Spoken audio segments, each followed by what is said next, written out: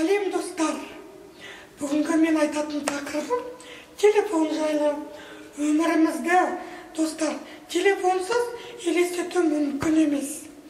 Телефон өнертабысының авторы шотландық Александр Белл. Сіздерге айтып кететін ең қызығы, өнертапқыштың есімі ағылшын тілінен аударғанда қоңырау деген мағынаны береді. Александр Белл телефонды ең алғаш ойлап тапқан кезінде оның желісін сүйіктісінің үйіне қарай тартқан. Телефон тұтқасын көтеріп, Александра Лолита Свальда дейді екен. Уақыт өте келе, сүйіктісінің атын қысқартып, алло деп тұтқаны көтеретін болған. Ең алғашқы телефон 1 килограммнан аса тартқан. Телефон өзінің даму кезеңіне қарай ағаш телефон, аспалы телефон, дискілі телефон және ұялы телефондар бар. Бұл сабақтың ерекшелігі сіздер ақпаратты алып қана қоймай, өте көне телефондардың үлгілерін көре аласыздар. Телефон өмірдің барлық саласында қолданылуда. Қазақстан Республикасы мемлекеттік орталық музей қорында телефон аппаратының үлкен топтамасы сақталған. Солардың ішінде осы телефондарға тоқталып кеткенді жөн көрдім. Мысалы, Красная Заря, Ленинград телефон зауытынан шыққан аспалы телефон аппараты. Бұл телефон аппараты 1928 жылы шыққан екен.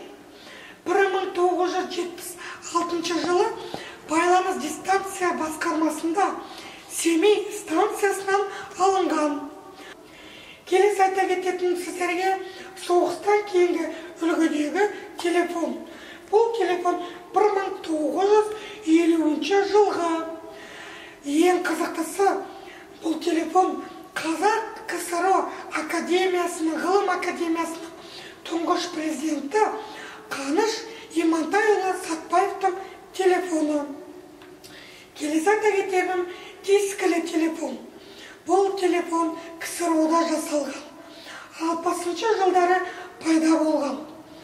Аппаратқа тұтқа стандарты жалғастырушы шнур арқылы жалғанып, телефон аппараты кабельге арнаулы шнурдың көмегімен қосылады.